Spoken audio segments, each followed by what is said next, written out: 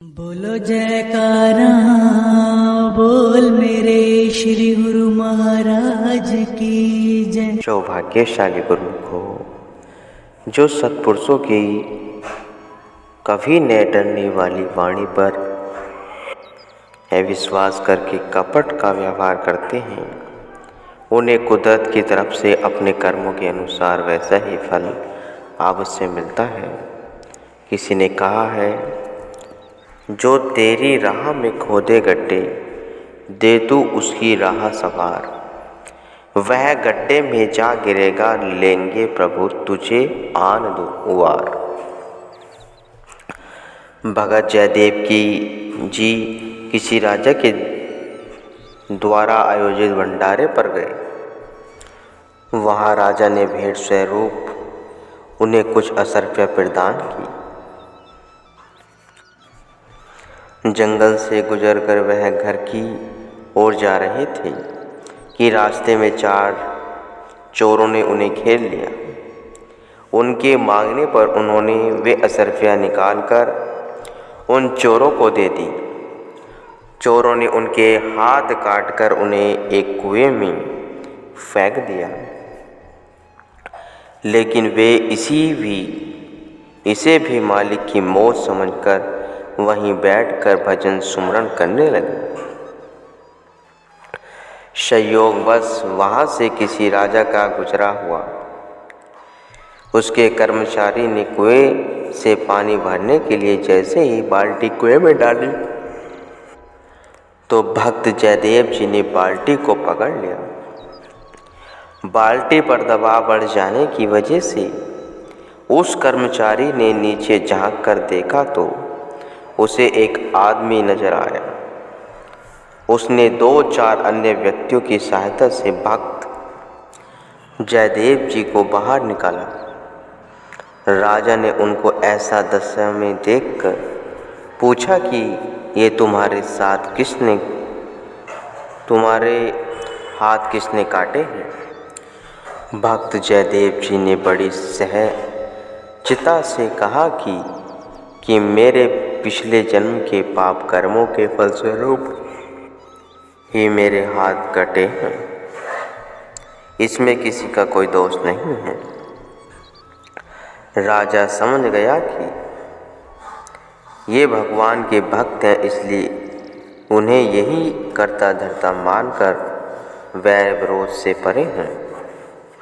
उसने भक्त जयदेव जी को सम्मान सहित अपने महल में रख लिया। वह प्रतिदिन उनसे भगवान की महिमा व भजन सुनने के लिए आने लगा। भक्त जयदेव जी की वाणी में जादू सा असर था। राजा उनके द्वारा गाए भजनों को सुनकर आनंद विभोर हो उठता।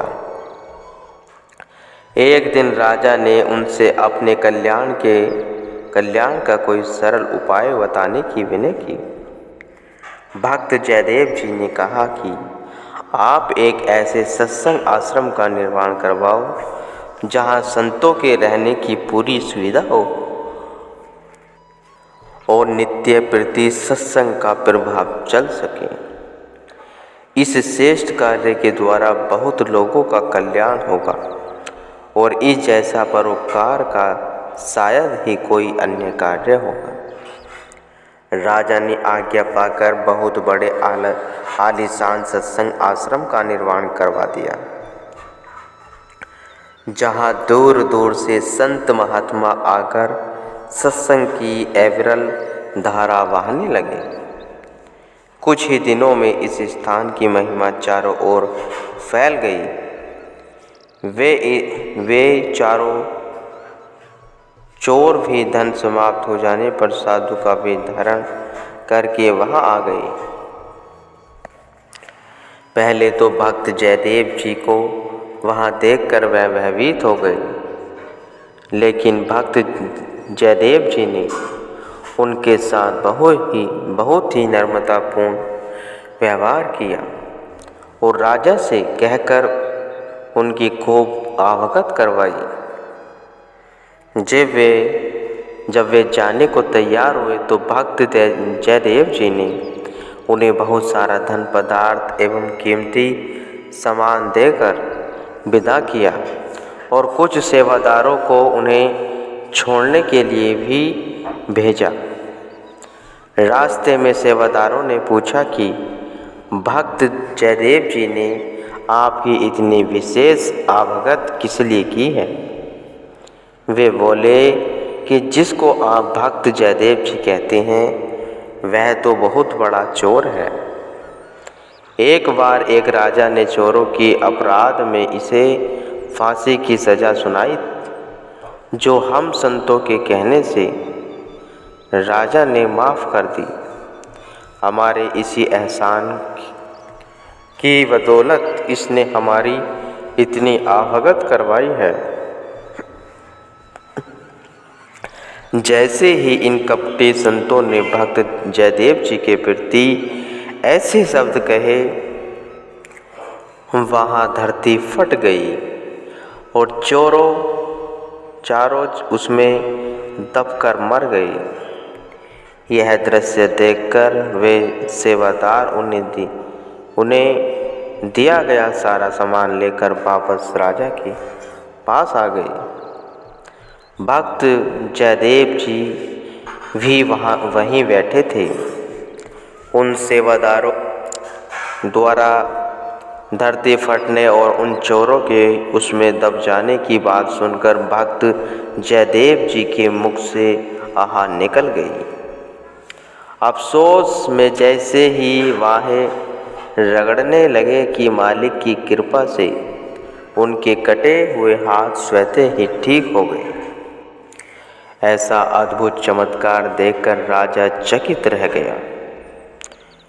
उसने भक्त जयदेव जी से इस विषय में पूछा, लेकिन पहले तो वे मौन ही रहे, किंतु राजा के बार बार आग्रह करने पर उन्होंने सारा वृत्तांत कह सुनाया कि किस प्रकार चोरों ने हाथ काटकर उन्हें कुएं में फेंक दिया था और राजा से अनुचरों ने उन्हें बाहर निकाला।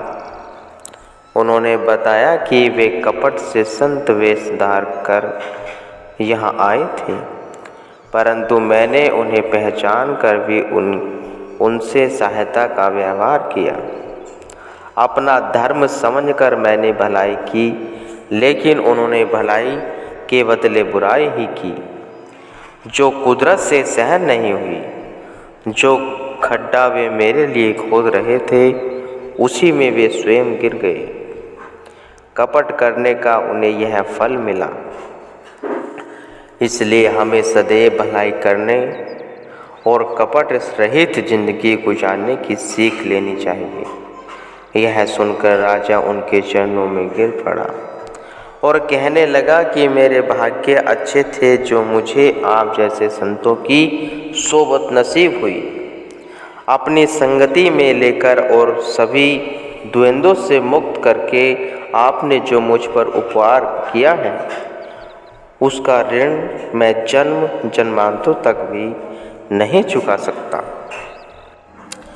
सतगुरु को सदा अंग संग समझना ही रूहानियत का सर्वश्रेष्ठ गुण है। जिस प्राणी में यह गुण परिपक्व हो जाता है, वह पाप कर्मों से बचा रहता है। एक छोटा सा दृष्टांत है। एक बार किसी संत ने अपने सेवक को एक पक्षी दिया और उसे हुक्म किया कि इसे ऐसी जगह पर मारना जहाँ कोई न देख रहा हो। वह सेवक उसी पक्षी को दूर ले गया, लेकिन जहाँ भी मारने का प्रयास करे, वहाँ उसे अपने गुरुदेव खड़े दिखाई दिए। उसके ध्यान में इतनी परिपक्वता थी, पक्षी लेकर वापस आ गया और अर्ज कि सच्चे बादशाह, मैं जहाँ भी गया वहाँ आपको मौजूद पाया, इसलिए मैं इस पक्षी को मारने में असफल रहा। सतगुरु ने उसकी ऐसी उच्च अवस्था देखकर उसे आशीर्वाद दिया। गुरुवाणी में वर्णन आया है, सगल गुणागुण उत्तमो भरता धुरी न पिखुरी। सत्पुरुष फरमाते हैं कि सबसे उत्तम गुण यही है कि तू मालिक को कभी दूर न समझ। जब तुझ में ऐसा भाव आ जाएगा तो प्रभु सदैव तेरे अंग संग रहकर तेरी सहायता करेंगे। प्रहलाद ने प्रभु को सर्वव्यापी समझा। उसने अपने इसी गुण व विश्वास के कारण ही अपने शक्तिशाली पिता पर विजय पाई। पिता द्वारा अनेकों यातनाएं दिए जाने पर भी वह अपने निश्चय पर अडिग रहा। आखिरकार प्रभु ने खंबे में से प्रकट होकर प्रहलाद की रक्षा की। इसके विपरीत हिरण्यकश्यप में इस गुण का सर्वथा अभाव था। वह स्वयं को अपराजित जान भगवान की सत्ता पर विश्वास न रखता था। परिणाम स्वरूप अहंकार ने नशे में अंधा होकर उसने अपने जान गंवा दी। परमेश्वर का नूर जरे जर्रे में है विराजमान। खोल दृष्टि अंतर की तू कर ले उनकी पहचान। जो भक्त भगवान को सर्वव्यापक समझता है उसके दिल से बैर विरोध घृणा और वह स्वतः ही समाप्त हो जाते हैं।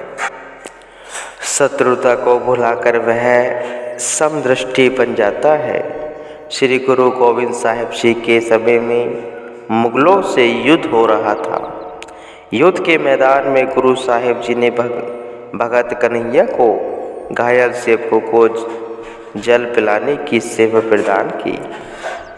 भाई कन्हैया पानी की गागर हाथ लिए तन मन से दोनों सेनाओं के घायल व्यक्ति को पानी पिलाने में जुट गया। उसकी दृष्टि में सिख व मुसलमान में कोई भेद न था, अतः वह मुसलमानों को भी बराबर जल पिलाने लगा। यह देखकर सिखों ने गुरु साहिब जी से जाकर शिकायत की, भाई कन्हैया मुगल सैनिकों को जल पिलाकर उनकी सहायता कर रहा है। हम बड़ी कठिनाइयों से मुगलों को घायल करते हैं, लेकिन यह जल पिलाकर उन्हें वापस होश में ले आता है। श्री गुरु महाराज जी ने उसे सभी सिखों के सामने बुलाकर पूछा कि तुम मुसलमानों को पानी क्यों पिला रहे हो। उसने बड़ी ही नम्रता से जवाब दिया कि सच्चे बादशाह, मुझे तो आपके सिवा वहाँ कोई भी नज़र नहीं आता। मैं जिधर देखता हूँ मुझे केवल आप ही आप दिखाई देते हैं, इसलिए मैं सभी में आपको ही जान सबको पानी पिला जा रहा हूँ। गुरु साहिब जी ने उसे इतनी उच्च अवस्था में पहुँचा देकर उसे मरहम पट्टी देकर कहा कि भाई कन्हैया, तू घायलों को पानी पिलाने के साथ उनकी मरहम पट्टी भी कर दिया कर। ध्यान में परिपक्व जीव की द्वैत भावना का नाश हो जाता है। उसकी सुरती सदैव अद्वैत में समाई रहती है। मैं मेरी का वैर भाव जो दिल से अपने मिटाते हैं, द्वैत भुलाकर दिल से रहित प्रभु के रंग में रहते हैं। इसी प्रकार पांडवों को भगवान श्री कृष्ण की जी पर अटूट श्रद्धा अनन्य विश्वास था। वे उन्हें सदैव अपने अंग संग जाने उन्हें अपना रक्षण मानते थे। वास्तव में भगवान श्री कृष्ण ने उन्हें हर कठिनाइयों से बचाया भी। दुर्योधन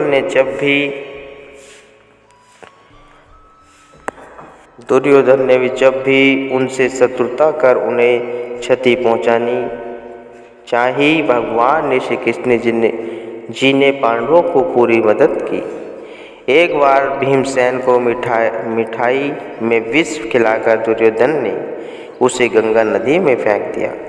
भगवान की कृपा से वह वहाँ से नागलोक में पहुँच गया और वासुकी नाग के द्वारा उसे 10,000 हाथियों का बल मिल गया। दुर्योधन की यह सोच कि जिसको मैं मारूंगा वह मर जाएगा, असफल रहा। गुरुवाणी में वर्णन आया है, जिसु राखे तिसु कोई न मारे। भाव यही है कि जिसके रथ स्वयं प्रभु हो उसका कोई बाल भी वाका नहीं कर सकता। दुर्योधन सदा अपने बल के अहंकार में ही डूबा रहा और भगवान की सत्ता को न मानकर उसने अपनी राह में स्वयं ही कांटे बो लिए। यही भीमसेन युद्ध के दौरान कौरवों पर खूब भारी पड़ा और उसने सारे कौरवों को नाश कर दिया। तात्पर्य यह है कि जिसने सद्गुरु को सर्वतः विराजमान समझा, सदैव अंग संग जाना, तो सद्गुरु ने भी प्रतिपल उनकी संभाल करके उनके जीवन में आनंद ही आनंद पर सच्ची खुशियों से ओतप्रोत कर दिया। ऐसी सूझबूझ और दृष्टि में किन्हीं विरले भाग्यशाली गुरुओं को ही प्राप्त होती है गुरुमुखों।